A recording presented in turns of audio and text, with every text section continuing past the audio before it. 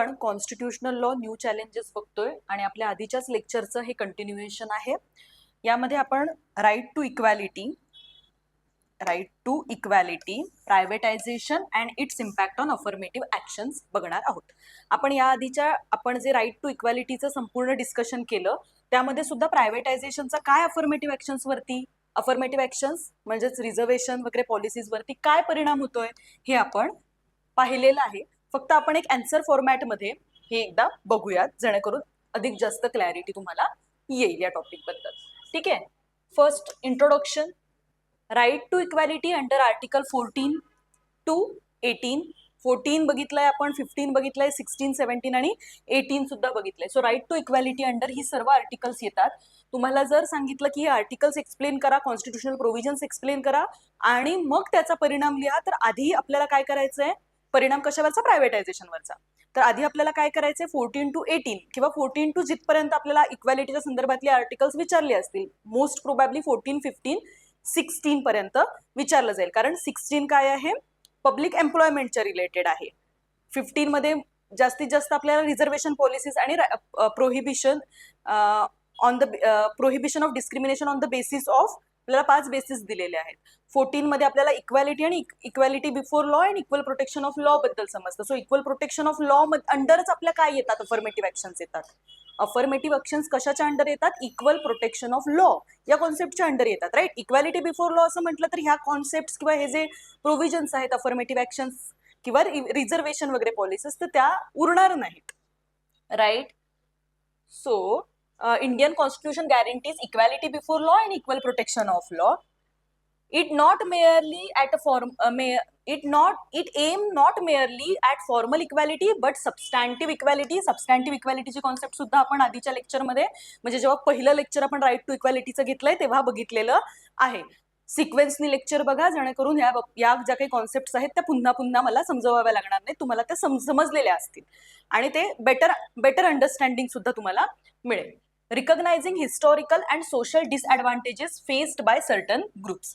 आपण हे सुद्धा पाहिलंय की ही जे आपण सबस्टॅन्टिव्ह इक्वॅलिटी असते त्या सबस्टॅन्टिव्ह इक्वॅलिटीमध्ये जे हिस्टॉरिकल डिस्क्रिमिनेशन झालेलं आहे एखाद्या पर्टिक्युलर कास्ट बद्दल, कम्युनिटी बद्दल, रिलिजनच्या कंटेक्स्टमध्ये किंवा कोणत्याही कंटेक्स्टमध्ये, वुमन असतील, चिल्ड्रन असतील, तर त्यांच्या अपलिफ्टमेंटसाठी काही स्पेशल प्रोव्हिजन्स केल्या जातात.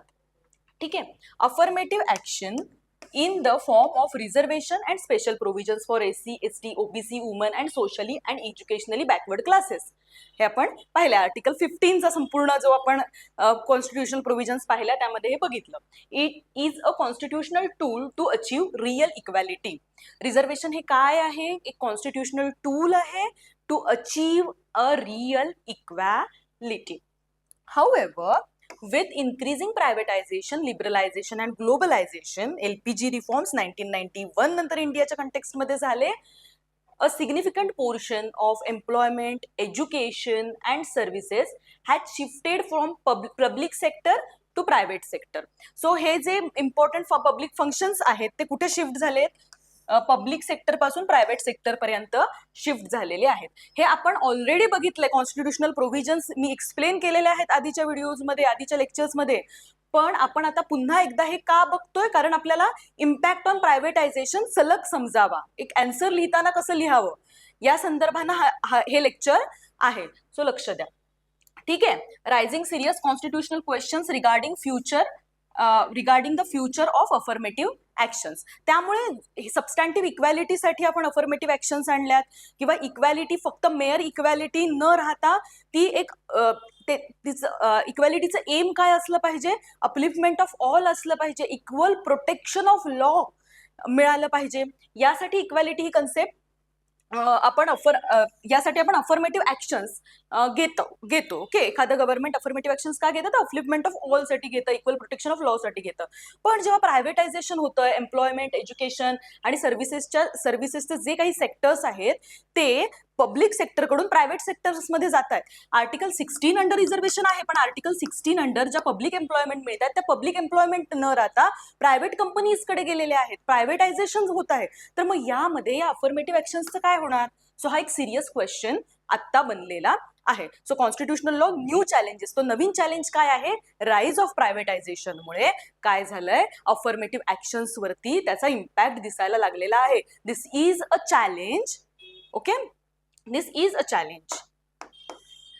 Constitutional framework is equality and affirmative, constitutional framework of equality and affirmative action. Equality आणि अफर्मेटिव्ह ऍक्शन्स च्या कंटेक्स्टमध्ये कॉन्स्टिट्युशनल फ्रेमवर्क काय आहे हा आपला नेक्स्ट पॉइंट आहे.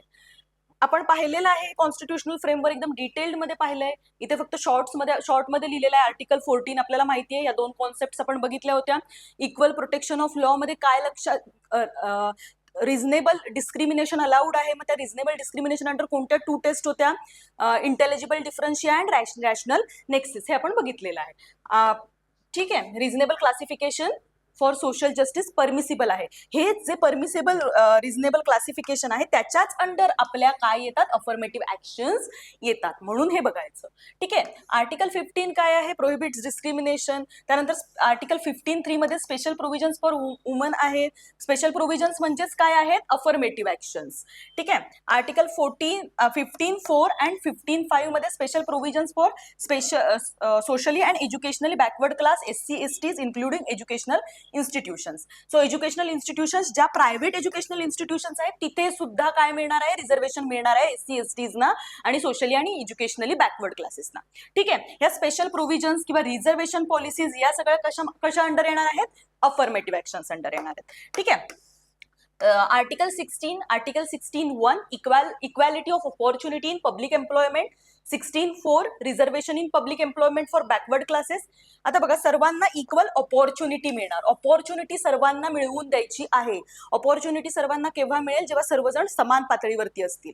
सो इक्वॅलिटी ऑफ अपॉर्च्युनिटी हे जनरल क्लॉज झाला हा. त्यानंतरचं काय आहे, आर्टिकल 16(4) मध्ये reservation in public employment. Reservation म्हणजे काय, अफर्मेटिव्ह ऍक्शन्स. ठीक आहे, अफर्मेटिव्ह ऍक्शन्स घेतल्या जात आहेत. त्यानंतर for whom for backward classes, socially and educationally backward क्लासेसच्या कंटेक्स्टमध्ये. Reservation in promotion for SC STs. ठीक आहे, हे आर्टिकल हे कोणतं झालं, 16 झालं. ठीक आहे, आता बघा की पॉइंट्स काय आहेत. आपण काय बघितले, 3 आर्टिकल्स बघितले. त्यामध्ये आपल्याला एक लक्षात आलं की रिझर्वेशन्स आहेत, स्पेशल प्रोव्हिजन्स आहेत, स्पेशल प्रोटेक्शन आहे वुमनला, चिल्ड्रनला, SC STs, OBCs, सोशली आणि एज्युकेशनली बॅकवर्ड क्लास. ठीक आहे, काय की पॉइंट आहे बघा याचा, affirmative actions under article 16 is explicitly confined to state employment. Public employment मध्ये स्टेट जी एम्प्लॉयमेंट देणार आहे त्यामध्येच ते आहे, फक्त काय मिळणार आहे, रिझर्वेशन मिळणार आहे किंवा ह्या अफर्मेटिव्ह ऍक्शन्स येणार आहेत. अफर्मेटिव्ह ऍक्शन्स म्हणजे रिझर्वेशन येणार आहे.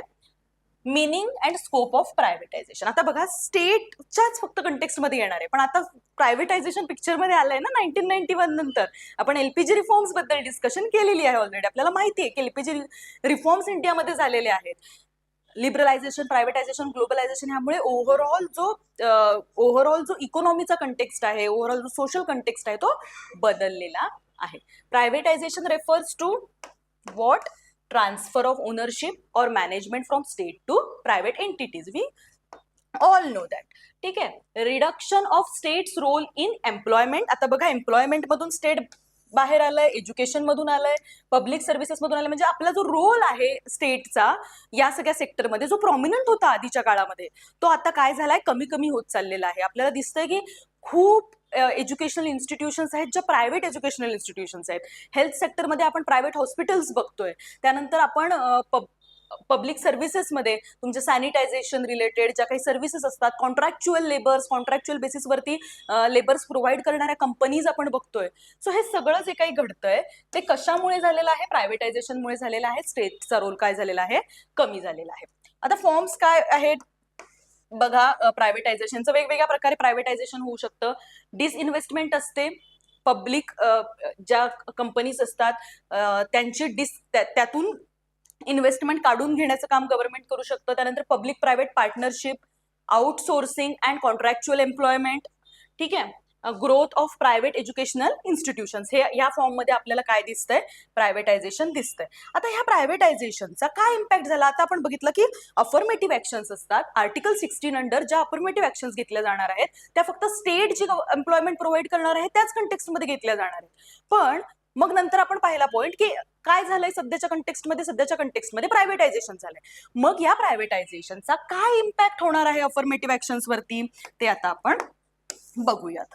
ठीक आहे. श्रिंकिंग स्कोप ऑफ रिझर्वेशन, रिझर्वेशनचा जो स्कोप आहे तो कमी झालेला आपल्याला दिसून येतो. Reservation apply mainly to government job, आपल्याला सर्वांना माहिती आहे मेनली गव्हर्नमेंट जॉब मध्ये रिझर्वेशन मिळतं. पब्लिक सेक्टर अंडरटेकिंग्स मध्ये रिझर्वेशन असतं. प्रायव्हेटायझेशनमुळे काय झालंय, public sector employment is shrinking, कमी कमी होत चाललेली आहे ती. Private sector employment is expanding, whereas private सेक्टरमध्ये खूप जास्त जॉब ऑपॉर्च्युनिटीज यायला लागलेल्या आहेत, पण तिथे काय नाहीये, रिझर्वेशन नाहीये. रिझल्ट काय आहे, रिड्यूस ऍक्सेस टू मार्जिनलाइज, त्यामुळे काय होतंय, इथे सर्व जॉब प्रायव्हेट सेक्टरकडे जात आहेत, त्यामुळे काय घडतंय, जे मार्जिनलाइज सेक्शन आहे ते तिथपर्यंत पोहोचूच शकत नाहीये. ठीक आहे. Communities to affirmative action benefits, marginalized communities to affirmative actions benefit, reduce access to marginalized communities to affirmative actions benefit, त्यामुळे affirmative actions जे काही बेनिफिट आहे ते marginalized कम्युनिटीला मिळतच नाहीये. Non applicability of fundamental rights to private sector, आता जे फंडामेंटल राईट्स आहेत आपले त्याची नॉन ऍप्लिकेबिलिटी होतीये प्रायव्हेट सेक्टरमध्ये, कारण आपण हे राईट्स कशाच्या अगेन्स्ट वापरू शकतो, आर्टिकल 12 आपण का शिकलो होतो, डेफिनेशन ऑफ स्टेट आपण का शिकलो होतो, कारण या ज्या रिट्स असतात, रिट पिटिशन ज्या आपण दाखल करतो आर्टिकल 32 अंडर, त्या फक्त आणि फक्त स्टेटच्या अगेन्स्ट केल्या जाऊ शकतात. मग जर प्रायव्हेट एंटिटीज एवढ्या सगळ्या गोष्टी करणार आहे तर मग त्यांच्या अगेन्स्ट आपण रिट दाखल करू शकत नाही आहोत, किंवा नॉन ऍप्लिकेबिलिटी आहे फंडामेंटल राईट्सची. ठीक आहे. हे बघा इथे तोच पॉईंट दिलेला आहे, fundamental rights are primarily enforceable against the state, article 12 article 32 under काय आहे, रिट्स आहेत. ठीक आहे. आर्टिकल 12 मध्ये काय आहे, डेफिनेशन ऑफ स्टेट दिलेली आहे, लोकल ऑथॉरिटीज, अदर ऑथॉरिटीज, हे सर्व आपण आधीच्या लेक्चरमध्ये बघितलेलं आहे. स्टेटची जेव्हा कॉन्सेप्ट आपण मॉड्यूल 1 मधला पॉईंट 2 बघितला होता स्टेटच्या रिलेटेड, तेव्हा हे सर्व पाहिलेलं आहे. Most private entities do not qualify as state, आणि आपण बघितलं होतं की स्टेट म्हणून बऱ्याचशा प्रायव्हेट एंटिटीज येत नाहीत. त्यात impact of liberalisation and the widening power of state हे बघितलं होती ना आपण कन्सेप्ट. सो आपल्याला हे माहिती आहे, हे का होतं हे आपल्याला माहिती आहे, याचं एक्सप्लेनेशन पण आपल्याकडे आहे, राईट. त्यानंतर hence no constitutional obligation on private employment to provide reservation, त्यामुळे प्रायव्हेट जे एम्प्लॉयमेंट आहे त्याच्यामध्ये काही कुठलंही कॉन्स्टिट्युशनल ऑब्लिगेशन नाहीये. पब्लिक एम्प्लॉयमेंटमध्ये रिझर्वेशन द्यायचंय, पण प्रायव्हेटमध्ये ते कुठल्याही प्रकारचं कॉन्स्टिट्युशनल ऑब्लिगेशन आपल्याला दिसून येत नाही. त्यामुळे कॉन्स्टिट्युशनल लॉच्या समोरचं हे काय झालेलं आहे, न्यू चॅलेंज म्हणून समोर आलेलं आहे. Equality guarantees become ineffective in private employment, आणि जी प्रायव्हेट एम्प्लॉयमेंट आहे तिथे हे जे इक्वॅलिटीची गॅरंटी आहे, इक्वॅलिटीची गॅरंटी म्हणजे काय, इक्वल प्रोटेक्शन ऑफ लॉ आहे बेसिकली, तर ते काय होत चाललेलं आहे, इनइफेक्टिव्ह होत चाललेलं आहे पब्लिक एम्प्लॉयमेंट प्रायव्हेट एम्प्लॉयमेंटच्या कंटेक्स्टमध्ये. ठीक आहे. आता बघा, market driven discrimination, private sector prioritises efficiency, profit, merit as defined by market forces. आपल्याला माहिती आहे प्रायव्हेट जे काही सेक्टर्स असतात त्यांचं एक बेसिक मोठं एम असतं प्रॉफिट मेकिंग, त्यांना तुमच्या वेलफेअर स्टेट बद्दल काही पडलेलं नाहीये. म्हणजे गव्हर्नमेंटला लोकांचा कल्याण, लोककल्याणासाठीच्या योजना वगैरे ह्याचा विचार करायचा आहे, पण प्रायव्हेट सेक्टरला फक्त प्रॉफिट तयार करायचं आहे, प्रॉफिट बनवायचं आहे, मनी मेकिंग करायचं आहे, इफिशियन्सी त्यांना दिसली पाहिजे. फायर केलं जातं कामावरून, लगेच काढून टाकलं जातं, ह्या सगळ्या गोष्टी का घडतात, म्हणजे काम होत नाही, किंवा तुमच्या ज्या ह्युमन म्हणून ज्या काही अडचणी आहेत त्या सुद्धा समजून घेत नाही प्रायव्हेट सेक्टर. का घेत नाही, कारण अगेन इथे जे आपल्याला दुसरं एम दिसतंय, प्रॉफिट बनवायचं आहे, आणि merit as defined by market forces, आणि एक मेरिट त्यांनी डिफाईन केलेलं आहे. स्ट्रक्चरल डिसएडव्हान्टेजेस आहेत याच्यामध्ये.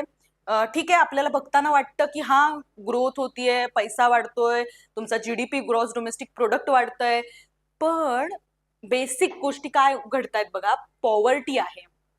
ठीक आहे, lack of access to quality education, हे जे बेसिक प्रॉब्लेम्स आहेत ते तिथेच राहत आहेत आणि हे अनॲड्रेस्ड राहत आहेत because of this private sector. ठीक आहे, leads to indirect discrimination against disadvantage group. आणि यामुळे काय होतंय, इनडायरेक्ट डिस्क्रिमिनेशन वाढतंय. जे डिसएडव्हान्टेज ग्रुप आहेत त्यांच्या विरोधातलं जे त्याच्यात त्यांच्या बरोबर होणार जे डिस्क्रिमिनेशन आहे इनडायरेक्टली ते वाढतंय. बघताना डायरेक्टली आपल्याला दिसत नाहीये, पण इनडायरेक्टली पॉवर्टी वाढतीये, लॅक ऑफ एज्युकेशन, रिसोर्सेस न पोहोचणं, आणि ह्या गोष्टी वाढत चाललेल्या आहेत. प्रायव्हेटायझेशनचा हा सुद्धा परिणाम होतो आहे. आता याबद्दलचा ज्युडिशियरीचा अप्रोच काय? आता हे प्रॉब्लेम्स तर आहेतच. स्टेटची डेफिनेशन आपण वाईड जरी केली, कितीही वाईड केली, तरी सुद्धा काही घटक हे सुटणारच आहेत. प्रायव्हेटायझेशनमुळे गोष्टी बदलणारच आहेत. अफर्मेटिव्ह ऍक्शन्सवर त्याचा परिणाम होणारच आहे, होतोच आहे. काय म्हणते ज्युडिशरी बघा. State action doctrine. Courts have consistently held that affirmative action is enforceable only against state. आपल्याला माहिती आहे, only against state. State under Article 12. ठीक आहे. Private entities are not bound unless they perform public function. Private entities ह्या bound नाहीयेत unless and until त्या काय करतात, पब्लिक फंक्शन. आता पब्लिक फंक्शन्स आपण बघितले होते कोणत्या प्रकारचे पब्लिक फंक्शन्स असू शकतात. ठीक आहे, और are substantially controlled by state, किंवा ते सबस्टॅन्शियली कंट्रोल्ड बाय स्टेट असले पाहिजे. स्टेट फंड मधून ते कंट्रोल होत असले पाहिजे. पब्लिक फंक्शन आणि substantially controlled by the state. कुठली केस होती ही? हे सर्व हे सांगणारी, हे सगळे जे आपल्याला इन्स्ट्रुमेंटॅलिटी ऑफ स्टेट देणारी केस कोणती होती? आर.डी. शेट्टी. Okay, RD. शेट्टीचं जजमेंट आपण पाहिलेलं आहे. पुन्हा ते सगळं वाचायचंय, लेक्चर्स जर आधीचे पाहिले नसतील तर पाहायचे, तोपर्यंत पुढच्या गोष्टी तुम्हाला समजणार नाहीत. एकतर हे आपल्याला बेसिक अंडर ग्रॅज्युएट कोर्सलाच क्लिअर असायला हवं. तरीही थोडंसं आठवत नसेल, समजत नसेल, तर आधीच्या गोष्टी वाचल्या पाहिजे. आणि इथे जे जजमेंट्स दिसतात, जसं मी केस लॉच्या संदर्भात तुम्हाला सांगितलं होतं, सॉरी आर्टिकल्सच्या संदर्भात मी तुम्हाला सांगितलं होतं की एखादं आर्टिकल दिसलं की तुम्हाला ते लगेच जाऊन बेअर ऍक्ट मध्ये वाचायचं आहे, इथे दिसल्यानंतर किंवा मी सांगितल्यानंतर. कारण मी फक्त ते तुम्हाला त्याचा क्रक्स समजवतेय. त्याची जी एक्झॅक्ट बेअर ऍक्ट मधली जी डेफिनेशन आहे, आपण लेमॅन सारखं नाही बसायचं, आपण वकिलीचा अभ्यास करतोय, राईट. त्याच्यामुळे आपल्याला हे समजलं पाहिजे की काय एक्झॅक्ट टेक्स्ट आहे, काय बेअर ऍक्ट मध्ये भाषा आहे, लँग्वेज काय वापरलेली आहे, सो ती आधी आपल्याला समजून घ्यायची आहे. आणि ती समजल्यानंतर त्या आन्सर मध्ये सुद्धा तुम्ही रिफ्लेक्ट करणार आहात. ओके. आणि त्याचबरोबर जसं मी सांगितलं की हे आर्टिकल्स तुम्हाला जाऊन बेअर ऍक्ट मधून वाचायचे, तशा ह्या केसेस जशा जशा दिसतील तशा त्या सुद्धा ओरिजिनल टेक्स्ट, ओरिजिनल जजमेंट मधून काही पॅराग्राफ्स, काही गोष्टी वाचण्याचा प्रयत्न करा. ठीक आहे. Indira Sawhney versus union of India 1992 चं जजमेंट आहे. Affirmed reservation as a tool of substantive equality. आपण हे जजमेंट जेव्हा आर्टिकल 15 बघितलं आणि आर्टिकल 16 बघितलं, त्या दोन्हीमध्ये आपण हे इंदिरा सहानीवाला जजमेंट डिस्कस केलेलं आहे. हा, ठीक आहे. त्यामुळे आता सबस्टॅन्टिव्ह इक्वॅलिटीच्या कंटेक्स्टमध्ये रिझर्वेशन हे एक टूल आहे हे त्यांनी म्हटलंय, आपल्याला माहिती आहे. ठीक आहे. Limited reservation to public employment. Public एम्प्लॉयमेंटच्या कंटेक्स्टमध्ये इंदिरा सहानीने पण काय केलं होतं, 50% पर्यंत क्रिप्ट केलं होतं. 50% हा क्रायटेरिया दिला होता, 50%च्या वरती जाता येणार नाही असं सांगितलं होतं. Highlighted the constitutional goal of social justice. आणि सोशल जस्टिसचं जे कॉन्स्टिट्युशनल गोल आहे ते हायलाइट केलं होतं. सोशल जस्टिसचं कॉन्स्टिट्युशनल गोल कधी कम्प्लीट होईल? जेव्हा अफर्मेटिव्ह ऍक्शन्स असतील. ठीक आहे. Zee Telefilms versus union of India ही केस सुद्धा आपण जेव्हा स्टेटची वाइडनिंग पॉवर ऑफ स्टेट बघत होतो, मॉड्यूल 1 मधला पॉइंट 2, तेव्हा बघितली होती Zee Telefilms versus union of इंडियाची केस. त्याच्यामध्ये बीसीसीआय स्टेट आहे की नाही असा वाद होता. त्यामध्ये कोर्टाने सांगितलं होतं की बीसीसीआय भलेही एकमेव क्रिकेटच्या संदर्भात काम करणारी किंवा निर्णय घेणारी ऑथॉरिटी असली तरी सुद्धा ती स्टेट नाहीये. रिएन्फोर्स द लिमिटेशन. आता बघा पुन्हा एकदा आपल्याला इथे काय दिसतं, लिमिटेड केली स्टेटची डेफिनेशन कोर्टानं. ठीक आहे. तो इथे लिमिटेशन दिसलं, ही प्रायव्हेट बॉडीज राहिली. म्हणजे बीसीसीआयने जर काही फंडामेंटल राईट्सचं व्हायोलेशन केलं तर त्याला त्या विरोधात कोर्टात जाता येणार नाही आर्टिकल 32 अंडर. सो बेसिकली आपल्याला इथे काय दिसून येतं, ज्युडिशरीने थोडीशी नॅरो डाऊन केली स्टेटची डेफिनेशन, बीसीसीआयला स्टेट नाही म्हटलं. ठीक आहे. Ashok Kumar Thakur versus union of India 2008. Upheld reservation in educational institutions. Educational institution मग त्या प्रायव्हेट असू देत, पब्लिक असू देत, रिझर्वेशन मिळालं पाहिजे. अगदी जे प्रायव्हेट एज्युकेशनल इन्स्टिट्यूशन्स आहेत तिथे सुद्धा ते अपहेल्ड केलं अशोक कुमार ठाकूर जजमेंटने.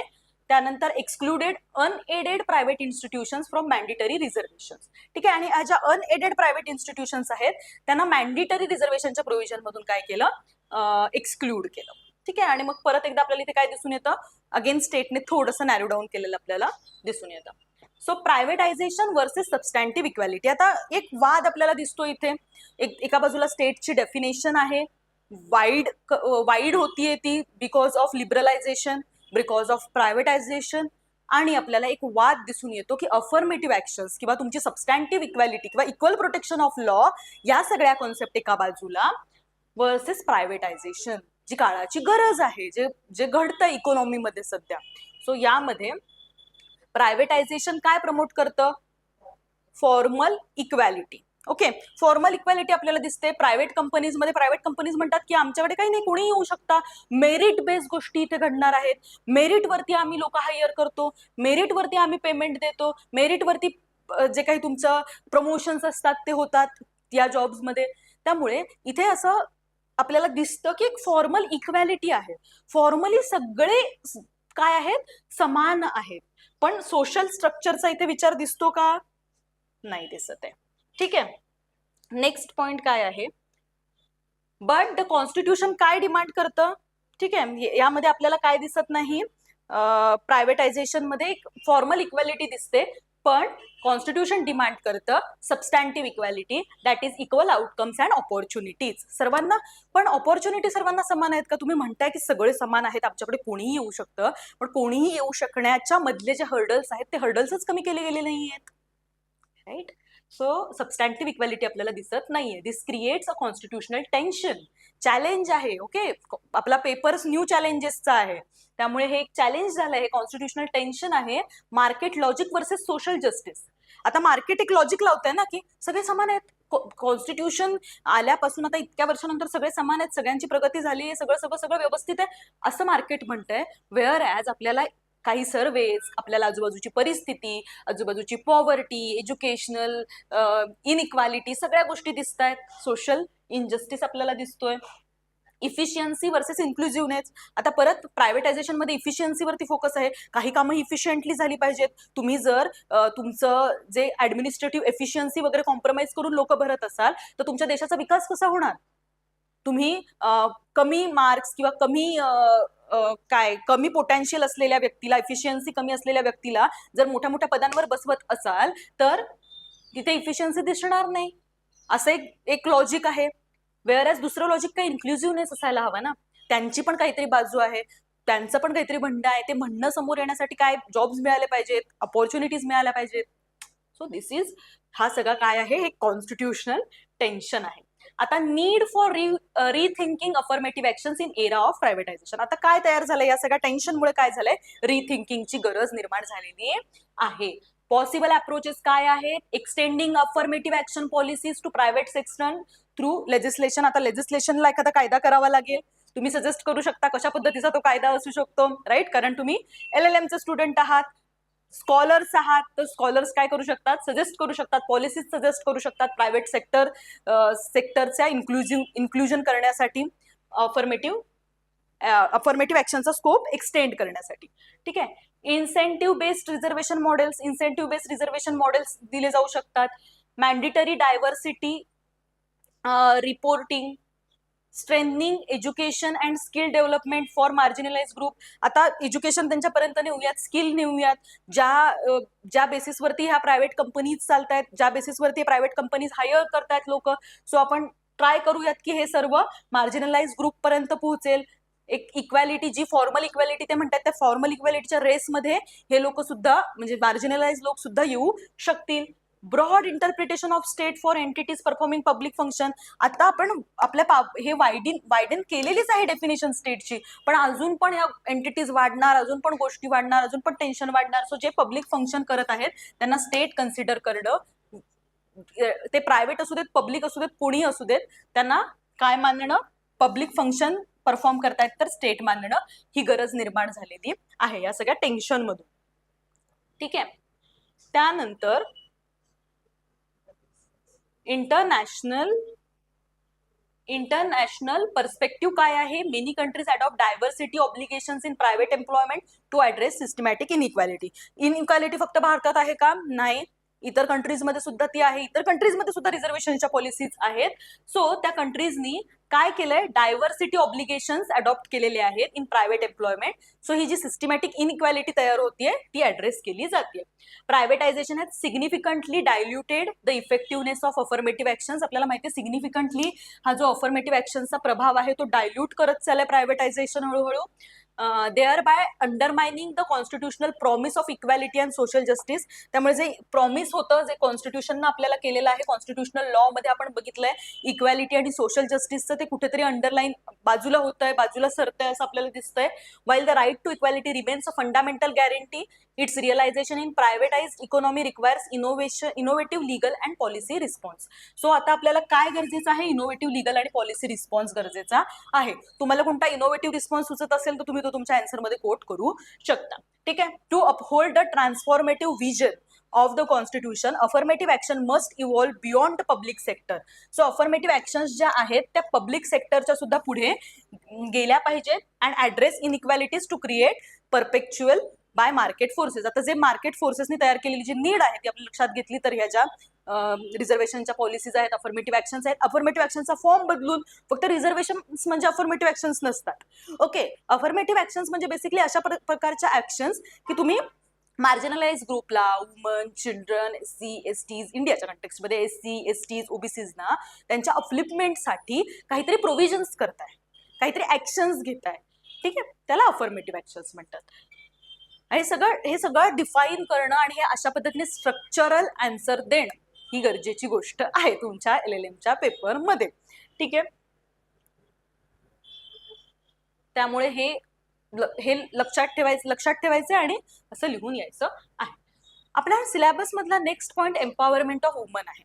आपण आता डिस्कस केलं आर्टिकल 14, 15, 16. मी आधी फक्त कॉन्स्टिट्युशनल प्रोव्हिजन्स का शिकवल्या आहे आर्टिकल्सच्या, आणि आता आपण एक मॉड्यूल वाईज हे सगळे पॉइंट पटापट बघतोय. ठीक आहे, आधी आपण व्यवस्थित कॉन्स्टिट्युशनल प्रोव्हिजन्स बघितलेले आहेत. कॉन्स्टिट्युशनल प्रोव्हिजन्स तुम्ही अवेअर नव्हतात असं नाहीये, तुम्ही अवेअर होतात, पण आपण अजून एक थोडंसं डिस्क्रिप्टिव्ह पाहिलं कशा पद्धतीने ह्या कॉन्स्टिट्युशनल प्रोव्हिजन्स आहेत, वर्क करतात, काय त्या अंडर येणारे काही केस लॉ सुद्धा आपण बघितले. आता फक्त आपण हे एक ब्रॉड अंडरस्टँडिंग या सगळ्या पॉइंट्सचं घेणार आहोत. तो एम्पॉवरमेंट ऑफ वुमन आपण आता बघणार आहोत. Women empowerment refers to the process of enhancing a social, economic, political and legal status of women. Women empowerment कशाच्या संदर्भानं येते तर enhancing social, economic, political, legal status of women. बघा या सर्व स्टेटसमध्ये वुमनचा जो स्टेटस आहे तो आपल्याला आतापर्यंत खाली दिसून येतो. आपण कॉन्स्टिट्यूशन आल्यानंतर, अफर्मेटिव्ह ऍक्शन्स आल्यानंतर, वेगळे वुमन रिलेटेड प्रोग्राम्स आल्यानंतर, तुम्ही जरी महाराष्ट्र शासन एवढंच त्याच्या जरी वुमन्स रिलेटेड स्कीम्स बघितल्यात तरी तुम्हाला भरपूर स्कीम्स सापडतील. काय आहे ही गोष्ट काय आहे, स्कीम्स करणं, महिलांसाठी स्पेशल प्रोटेक्शन देणं, तर हे सगळं काय आहे, अफर्मेटिव्ह ऍक्शन्स आहेत. So that they can exercise equal rights, autonomy and opportunities. कशासाठी चाललाय हा सगळा खटाटोप, इक्वल राईट्स, ऑटोनॉमी आणि ऑपॉर्च्युनिटीज साठी चाललेला आहे. ठीक आहे, त्यानंतर the Indian constitution adopt transformative approach aiming not merely at formal equality but substantive gender justice. Law and social ट्रान्सफॉर्मेशनचा आपला पेपर आहे, पेपर 1. ओके, त्याच्यामध्ये आपण बघितलंय वुमन, कास्ट सिस्टीम. हे बघा, हे जे दोन्ही पेपर आहेत, फाउंडेशन 1 आणि फाउंडेशन 2, तर यातल्या कॉन्सेप्ट त्यात वापरायच्या नाहीयेत असं नाहीये, कारण त्या इंटर रिलेटेडच गोष्टी आहेत. दोन्ही गोष्टी शिकताना जेव्हा तुम्ही सोसायटी शिकता, सोसायटीमधले प्रॉब्लेम शिकता, डावरी प्रोहिबिशन ऍक्ट शिकता, चाइल्ड लेबर ऍक्ट शिकता, सोशल ट्रान्सफॉर्मेशनच्या कंटेक्स्टमध्ये सती बंदीचा कायदा शिकता, हे सगळं जेव्हा शिकता तेव्हा तुम्हाला ते इथे सुद्धा वापरता आलं पाहिजे ना. एम्पॉवरमेंट ऑफ वुमन कशात ना एम्पॉवरमेंट झाली, डोमेस्टिक व्हायलन्स किती मोठं हे आहे, डावरी डेथ किती मोठे प्रॉब्लेम्स आहेत. हे प्रॉब्लेम्स आपण जर सोशल ट्रान्सफॉर्मेशन मध्ये शिकतोय तर मग ते इथे पण मेन्शन करता आले पाहिजेत एम्पॉवरमेंट ऑफ वुमनच्या कंटेक्स्टमध्ये. कास्ट सिस्टीम रिलेटेड इथे आपण पूर्ण डिस्कोर्स बघितला इक्वॅलिटीचा. सो सोशल ट्रान्सफॉर्मेशन मध्ये ते तुम्ही लिहिणार नाही आहात का इक्वॅलिटीचा पूर्ण डिस्कोर्स, रिझर्वेशनच्या पॉलिसीज आहे, कारण तो पॉइंट कम्युनिटी रिलेटेड ज्या काही आपले प्रॉब्लेम्स आहेत, सोशल प्रॉब्लेम्स आहेत, तिथे कशा पद्धतीने ट्रान्सफॉर्मेशन झालंय हे सांगणारा पॉइंट आपल्या सोशल ट्रान्सफॉर्मेशनच्या, लॉ अँड सोशल ट्रान्सफॉर्मेशनच्या पेपरमध्ये सुद्धा आहे, फाउंडेशन पेपर 1 मध्ये. आता आपण बघतोय हा फाउंडेशन पेपर 2 आहे. इंटर रिलेटेड आहे, एकमेकांमध्ये ओव्हरलॅप होणाऱ्या गोष्टी आहेत, त्या तुम्ही एकदाच लक्षात ठेवल्यात तरी दोन्ही पेपरमध्ये व्यवस्थित वापरता येऊ शकतात. ठीक आहे. Despite constitutional guarantees, woman in India continue to face structural disadvantages such as patriarchy, gender-based violence, unequal access to education and employment, and socio-cultural discrimination. Therefore, empowerment of women is both constitutional mandate and human right. So, काय आहे empowerment of women? Constitution mandate आहे आणि human rights चं obligation सुद्धा आहे. कारण पॅट्रियार्की आहे, gender based discrimination आहे, ऑफेन्सेस अगेन्स्ट वुमन जर तुम्ही बघितलं तर ते किती ऑफेन्सेस आहेत, सगळ्या गोष्टी आहेत सोसायटीमध्ये, या गोष्टी घडतात. जे घडतंय तेच आपल्याला पेपरमध्ये लिहायचं आहे. ठीक आहे. Constitutional framework for women empowerment. बघा कॉन्स्टिट्यूशन मध्ये काय दिलेलं आहे, एम्पॉवरमेंट ऑफ वुमन हा आपला टॉपिक आहे. प्रिॲम्बल मध्ये सुद्धा आपल्याला दिसून येतं assures equality, justice, dignity of the individual. Individuals मध्ये सर्व येतात. फिलॉसॉफिकल फाउंडेशन आपल्याला मिळतं प्रिॲम्बल मधून फॉर जेंडर जस्टिस. कोणत्याही जेंडरच्या व्यक्ती असली तरी सुद्धा तिला इक्वल प्रोटेक्शन आहे, इक्वॅलिटी आहे इंडियामध्ये. फंडामेंटल राईट्स कोणते कोणते आहेत बघा. आर्टिकल 14 आहे equality before law, equal protection of law. खूप वेळा सांगून झालं. इक्वॅलिटीची कॉन्सेप्ट झाली. इक्वॅलिटी बिफोर लॉ सुद्धा तुम्हाला माहिती आहे, इक्वल प्रोटेक्शन ऑफ लॉ सुद्धा तुम्हाला माहिती आहे. इक्वल प्रोटेक्शन ऑफ लॉ मध्ये अफर्मेटिव्ह ऍक्शन्स येतात, सबस्टॅन्टिव्ह इक्वॅलिटी येते, वेअर ॲज इथे फॉर्मल इक्वॅलिटी येते इक्वॅलिटी बिफोर लॉ मध्ये. ठीक आहे. Prohibits arbitrary discrimination against women. यामध्ये आर्बिट्ररी डिस्क्रिमिनेशन अगेन्स्ट वुमेनला प्रोहिबिट करता. आर्टिकल 15 सुद्धा आहे. 15(1), 15(3) discrimination on the ground of sex आपल्याला समजतं. फक्त सेक्स आहे का 15 मध्ये? नाही. Prohibition of discrimination against religion, race, caste, sex and place of birth. ठीक आहे. त्यातला एक सेक्स फॅक्टर आहे, त्यामुळे फिमेल रिलेटेड जेव्हा वुमन रिलेटेड आपण गोष्टी लिहिणार तेव्हा आपण हे मेन्शन करायचं आहे. Article 15(3) enables the state to make special provisions for woman. Article 15(3) काय करतं? स्पेशल प्रोव्हिजन्स फॉर वुमन बनवण्यासाठी, स्पेशल प्रोव्हिजन्स फॉर वुमन तयार व्हाव्यात यासाठी काय करतं? स्टेटला पॉवर देतं. ठीक आहे. Recognises protective discrimination. Protective discrimination ही एक कॉन्सेप्ट आहे. प्रोटेक्टिव्ह डिस्क्रिमिनेशन ही कॉन्सेप्ट सुद्धा आपण बघितलेली आहे की प्रोटेक्शनसाठी रॅशनल बेसिसवरती इंटेलिजिबल डिफरन्शिया वापरून केलेलं डिस्क्रिमिनेशन, रॅशनल डिस्क्रिमिनेशन. ठीक आहे. फॉर आर्बिट्ररी डिस्क्रिमिनेशन नाही तर rational discrimination. Equality of opportunity in public employment, support reservation and affirmative measures for woman. Article 21 काय आहे? Right to life and personal liberty. ठीक आहे. Judicially expanded to include right to dignity, right against sexual harassment, reproductive autonomy. So हे सगळे ज्या गोष्टी आहेत त्या राईट टू लाईफच्या अंडर येतात आणि पर्सनल लिबर्टीच्या संदर्भात येतात. माय बॉडी माय रूल्स किंवा माझं शरीर माझा अधिकार, म्हणजे त्या अंडर मॅटर्निटी रिलेटेड डिसिजन घेण्याचा अधिकार स्त्रीला असणं, किंवा बॉडी रिलेटेड किंवा right to dignity, dignified life, mere human existence, किंवा तुमची फक्त श्वास चालतायत म्हणजे तुम्ही जिवंत आहात असं नसतं, तर डिग्निफाईड ह्युमन लाईफ लागतं. कोर्टाने सुद्धा वेरियस जजमेंटमध्ये ह्या डिग्निफाईड ह्युमन लाईफ बद्दल सांगितलेलं आहे. राईट अगेन्स्ट सेक्शुअल हॅरॅसमेंट आणि ह्या सगळ्या रिलेटेड गाईडलाईन्स वगैरे आपल्याकडे आहेत. डायरेक्टिव्ह प्रिन्सिपल्स काय आहेत? 39A मध्ये equal right to individual, equal pay for equal work, just and human condition of work and maternity relief, protection of weaker section including women through non justiciable, DPSP's guided gender sensitive law making and interpretation. आपल्याला माहिती आहे हे काही enforceable नाहीये, पण एक guidelines आपल्याला मिळतात की वुमन रिलेटेड जेव्हा आपल्याला प्रोव्हिजन्स करायचे असतील तेव्हा या प्रोव्हिजन्स आपल्याला करायच्या आहेत या रिलेटेड. स्टॅट्युटरी आणि बऱ्याचशा गोष्टी DPSP मधल्या इम्प्लिमेंट सुद्धा झालेल्या आहेत, जसं की मॅटर्निटी बेनिफिट ऍक्ट आहे आपल्याकडे आता फक्त मॅटर्निटी बेनिफिट किंवा मॅटर्निटी रिलीफ हे DPSP direct to principle of state policy राहिलेलं नाहीये. Statutory measures for women empowerment. आता स्टॅट्युटरी मेजर्स काय आहेत बघा. हे सेम फाउंडेशन पेपर 1 मध्ये लॉ अँड सोशल ट्रान्सफॉर्मेशन जे सुद्धा आपण आता शिकतोय साइड बाय साइड. ठीक आहे. हेच सगळे ऍक्ट आहेत.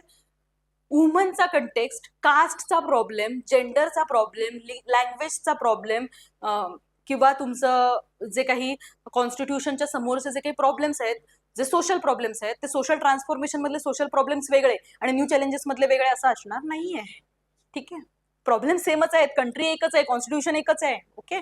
त्यामुळे ते फक्त तुम्हाला त्या फ्रेमवर्कमध्ये, आन्सरच्या फ्रेमवर्कमध्ये घालता न येणं, यामुळे प्रॉब्लेम होतो. ठीक आहे.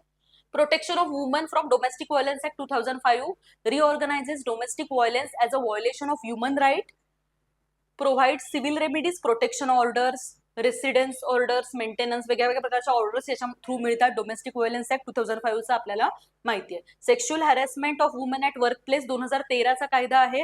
विशाखा गाईडलाईन्स वरती बेस्ड आहे. पूर्ण ज्युडिशियरीने बनवलेला ऍक्ट असं सुद्धा आपण याला म्हणू शकतो, कारण ज्युडिशियरीने दिलेल्या विशाखा गाईडलाईन्स वरती हा बेस्ड आहे. Ensure safe and dignified working environment. Safe dignified working environment वुमनसाठी तयार होणं गरज आहे. महिला पण बाहेर पडून काम करतायत बऱ्याच वर्षांपासून, पण एक सेफ एन्व्हायरमेंट, हेल्दी एन्व्हायरमेंट मिळणं ही गरज झालेली आहे. मग त्याच्या अंडर काही कमिटीज एस्टॅब्लिश केल्या जातात, इंटरनल कंप्लेंट कमिटी वगैरे वगैरे. सो आपल्याला हे माहिती आहे की वर्क प्लेस वरती होणारं sexual harassment prevention, prohibition and redressal. Maternity benefit act आहे 1961 चा, 2017 मध्ये अमेंडमेंट सुद्धा झालेली आहे. पेड मॅटर्निटी लिव्ह फॅसिलिटीज विविध प्रकारच्या याच्या अंडर मेन्शन केलेल्या आहेत. इक्वल डावरी प्रोहिबिशन ऍक्ट आहे 1961 चा. डावरी डेथ आपल्याला माहिती आहे प्रॉब्लेम आहे, समस्या आहे, त्याच्यासाठी बनवलेला हा ऍक्ट आहे, त्याच्यातून ओव्हरकम करायला. Equal रिन्युमरेशन act 1976. वुमनला वेगळे वेजेस, चिल्ड्रनला वेगळे वेजेस. चिल्ड्रन तरी चाइल्ड लेबर तर नाहीच आहे, पण चिल्ड्रनसाठीचा वेगळे वेजेस मिळतात म्हणून चिल्ड्रन हायर करण्याची टेंडन्सी दिसते मार्केटमध्ये. त्यानंतर मेलला वेगळे. सो वेजेस मध्ये जी इनइक्वॅलिटी दिसते तर ती दूर करण्यासाठी इक्वल रिम्युनरेशन ऍक्ट हे समोर आलेलं आहे. Judiciary has played a proactive role in interpreting laws to advance human rights. So जे ह्युमन राईट्सचे ऍडव्हान्स करण्यासाठी एक प्रोएक्टिव्ह रोल सुद्धा आपल्याला ज्युडिशरीचा दिसून येतो. कोणत्या कोणत्या केसेस आहेत? Vishakha versus state of Rajasthan 1997 ची केस आहे. सेक्शुअल हॅरॅसमेंट मध्ये जे राईट्स आर्टिकल्स व्हायोलेट होतात 14, 15, 21. Okay. Let down binding guideline in absence of legislation. So legislation नव्हतं, सो विशाखा गाईडलाईन्स आपल्या समोर आल्या, नंतर लेजिस्लेशन सुद्धा आलं आहे. Air India versus Nargis Mirza आपण आधी सुद्धा बघितलंय, आर्टिकल 14 बघताना बघितलेलं आहे. आर्टिकल 16 मध्ये सुद्धा आपण ते बघितलेलं आहे की प्रोहिबिशन ऑफ डिस्क्रिमिनेशन. आर्टिकल 14 बघताना आपण बघितलंय की discrimination on the basis of sex आपल्याला इथे दिसून आलं. एअर होस्टेस एक पर्टिक्युलर एज अटेंड केल्यानंतर आणि त्या प्रेग्नेंट जेव्हा होणार तेव्हा त्यांना कामावरून कमी करण्यात येईल, किंवा एक रिटायरमेंट, जी सक्तीची रिटायरमेंट असते ती घ्यावी लागणार होती. So stuck down discriminated service conditions against air hostess. Mary Roy versus state of Kerala, याच्यामध्ये ख्रिश्चन वुमेन्सचे इनहेरिटन्सचे राईट्स काय झाले होते, प्रोटेक्ट झाले होते किंवा इन्शुअर्ड झाले होते. इनहेरिटन्सचा राईट आहे वुमनला हे सांगण्यात आलं होतं. Joseph shine versus union of India आपल्याला माहिती आहे. जोसेफ शाईनची केस अडल्ट्रीला डिक्रिमिनलाइज केलं होतं, कारण अडल्ट्री ही अशी प्रोव्हिजन होती बघा, याच्यामध्ये वुमनला ऍज अ प्रॉपर्टी ट्रीट केलं जात होतं किंवा ऍज अ प्रॉपर्टी कन्सिडर केलं जात होतं. की एक बघा प्रॉपर्टीच्या डेफिनेशन किंवा आपण जर थेफ्टची डेफिनेशन बघितली तर एखाद्याची वस्तू आपण जेव्हा चोरतो तेव्हा ज्याची वस्तू आपण चोरली किंवा जी वस्तू आपण चोरली तिला काही करत नाही, राईट? काय करणार, वस्तू आहे सो तिला काही करत नाही, पण ज्या व्यक्तीनं चोरली आहे तिला शिक्षा होते. अडल्ट्री सेम वेने रन करते. जी स्त्री पुरुषाबरोबर संबंध ठेवतीये, अडल्ट्री कमिट करतीये, त्या स्त्रीला काही होणार नाहीये, पण ज्या पुरुषाबरोबर ती करतीये त्याला काय होणार आहे, शिक्षा होणार आहे. सो हे जे काय आहे हे इक्वल पार्टनरशिप नाही दाखवत. ठीक आहे. इथे काय आपल्याला दिसून येते, प्रॉपर्टी म्हणून कमोडिटी म्हणून वुमनला ट्रीट करणं दिसून येतं. ती काही फार आयडियल गोष्ट आहे असं नाहीये. अडल्ट्री करणं ही काही आयडियल गोष्ट नाहीच आहे, आणि कोर्ट असंही या जजमेंटमध्ये कुठे म्हटलेलं नाहीये की ते प्रमोट करतायत अडल्ट्रीला, ते डिक्रिमिनलाइज करतायत अडल्ट्रीला. डिवोर्सचा आजही हा स्ट्रॉंग ग्राउंड आहे. ठीक आहे. हे समजलं पाहिजे आपल्याला, हे बेसिक आपल्याला समजत नाही आणि मग प्रमोट असं केलं जातं की कोर्ट आता हे प्रमोट करायला लागले अडल्ट्री. नाही, तसं नाहीये. सो आपण जेव्हा जजमेंट वाचणार, आपण जेव्हा जजमेंट व्यवस्थित अनालाइज करणार तेव्हा ह्या गोष्टी आपल्याला समजतील. Joseph shine versus union of India. त्यानंतर शायरा बानो, ट्रिपल तलाक अनकॉन्स्टिट्युशनल हेड झालं. नुसतंच अनकॉन्स्टिट्युशनल नाही तर त्याला काय बनवलंय, एक पनिशेबल ऑफेन्स बनवलेलं आहे. Upheld dignity and equality of Muslim women. Political empowerment of woman. Political एम्पॉवरमेंटसाठी आपल्याला माहिती आहे 73rd आणि 74th कॉन्स्टिट्युशनल अमेंडमेंट आली, त्याच्यामध्ये पंचायत आणि म्युन्सिपालिटीज सुद्धा ऍड करण्यात आल्या आणि रिझर्वेशन दिलं गेलं of 1/3 seats for woman in panchayat and municipalities. आपल्याला दिसून येतं की वुमन्सला पंचायत राज सिस्टीम मध्ये रिझर्वेशन आहे. ग्रामपंचायत लेवलला, म्युन्सिपालिटीच्या लेवलला वुमनचा एक फिक्स्ड कोटा आपल्याला 1/3 सीट्सचा दिसून येतो. त्यामुळे काय झालं, बऱ्याच ठिकाणी आपल्याला महिला सरपंच दिसतात. ठीक आहे. Women representation act 2023 provide 33% of reservation of women in Lok Sabha and state legislature assemblies to be implemented after delimitation. ठीक आहे. Political participation strengthens women's role in decision making and governance. Economic आणि एज्युकेशनल एम्पॉवरमेंट बघा, education improve employment opportunities, awareness of rights. ठीक आहे. काय होतं, एज्युकेशननी employment opportunities वाढतात, स्त्रियांच्या कंटेक्स्टमध्ये सुद्धा त्या वाढणार. त्यानंतर अवेअरनेस ऑफ राईट्स येतं, आपले हक्क कळतात. बऱ्याच महिलांना, बऱ्याच जे काही मार्जिनलाइज ग्रुप्स आहेत त्यांना आपले हक्कच माहीत नसतात किंवा या परिस्थितीतून बाहेर पडण्यासाठी आपण काय केलं पाहिजे हेच माहीत नसतं. जेव्हा एज्युकेशन मिळतं, जेव्हा प्रॉपर एज्युकेशन मिळतं तेव्हा ते राईट्स समजले जाऊ शकतात. सेल्फ हेल्प ग्रुप्स आहेत, आपण बघतोय खूप मोठ्या प्रमाणावर सेल्फ हेल्प ग्रुप्स आपल्या आजूबाजूला आहेत जे काम करतायत. Micro finance enhance financial independence आणि एंटरप्रेनर स्किल्स. अनेक महिला यामध्ये उतरलेल्या आहेत सेल्फ हेल्प ग्रुपच्या कंटेक्स्टमध्ये आपल्याला माहीत आहे. सो ते सुद्धा इम्पॉर्टंट पाऊल आहे. हवेवर चॅलेंजेस आहेतच, जेंडर पे गॅप आजही आपल्याला दिसतो. त्यानंतर इन्फॉर्मल सेक्टर एक्सप्लॉयटेशन आपल्याला दिसतं. Unequal access to digital resources सुद्धा आपल्याला इथे दिसून येतं. वुमन एम्पॉवरमेंट मध्ये काय चॅलेंजेस आहेत? पॅट्रिआर्कल माइंडसेट आहे, तुम्ही एक्सप्लेन करू शकता पॅट्रिआर्कल माइंडसेट कशा पद्धतीने आपल्याला दिसतोय. जेंडर बेस्ड व्हायलन्स मध्ये तुम्ही पूर्ण IPC शिकून आलेले आहात. आता तुम्ही BNS सुद्धा बघताय. BNS मध्ये ऑफेन्सेस अगेन्स्ट वुमन पूर्ण एक सेक्शन आहे.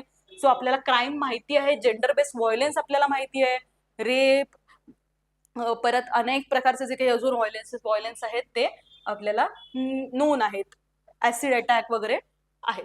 Lack of effective implementation of laws. Effective implementation laws आहेत पण इफेक्टिव्ह इम्प्लिमेंटेशन आपल्याला अजूनही दिसत नाही. सोशल अँड कल्चरल बॅरियर्स आहेत. Intersectional discrimination, caste, class, religion. बघा, इंटरसेक्शनल डिस्क्रिमिनेशन म्हणजे काय बघा, एक पर्टिक्युलर कास्ट जी ऑलरेडी मार्जिनलाइज आहे त्या कास्ट मधली वुमन ही अजून जास्त मार्जिनलाइज असणार आहे. एक कास्ट जी मार्जिनलाइज आहे, जी जनरल कॅटेगरीपेक्षा, जनरल पीपलपेक्षा मार्जिनलाइज आहे आणि त्यातल्या वुमन आणि चिल्ड्रन जास्त मार्जिनलाइज असणार आहेत. सो हे इंटरसेक्शन एकत्र जर सगळ्या गोष्टी आल्या तर काय होणार आहे, जास्तीत जास्त दरी आपल्याला दिसणार आहे. Woman empowerment is essential for achieving constitutional morality, social justice, inclusive development. While India has a strong constitutional and legal framework, effective implementation, social awareness and attitude मधला जो चेंज आहे तो आपल्याला इथे दिसला पाहिजे. हे काय आहे, क्रुशियल आहे. Empowerment of women is not merely a welfare measure but fundamental requirement for democratic and egalitarian society. So democratic सोसायटीसाठी अत्यंत महत्वाची गोष्ट आहे एम्पॉवरमेंट ऑफ वुमन.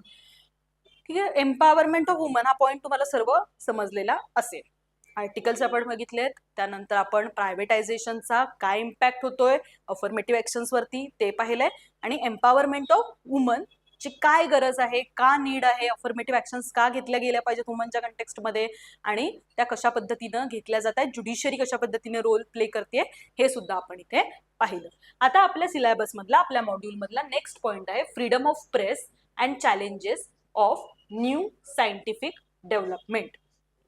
ठीक आहे. Freedom of press and new challenge 19 वाला आर्टिकल आहे. आर्टिकल 19 आपण बघणार आहोत. 19(1)A freedom of speech and expression. Freedom of speech and expression under freedom of press येतं, आणि फ्रीडम ऑफ प्रेस हे आता त्याचं पूर्ण स्वरूप काय झालेलं आहे, बदललेलं आहे. कशामुळे? आपलं आपण जे बघतोय चेंज होत आहेत, टेक्नॉलॉजिकल ऍडव्हान्समेंट होत आहे त्यामुळे. आता आपण या लेक्चरमध्ये इथेच थांबूयात. आपण हा जो पुढचा पॉईंट आहे आपला मॉड्यूल 2 मधला हा शेवटचा पॉईंट आहे. हा झाल्यानंतर आपला मॉड्यूल 2 कम्प्लीट होणार आहे. मग आपण मॉड्यूल 3 कडे जाऊयात. आपले 4 मॉड्यूल आहेत, 2 मॉड्यूल आपले ऑलमोस्ट झालेत. आता हा पॉईंट एक शेवटचा असेल जो नेक्स्ट लेक्चरमध्ये आपण डिस्कस करूयात. आधीचे लेक्चर बघितले नसतील तर ते बघून घ्यायचे आहेत.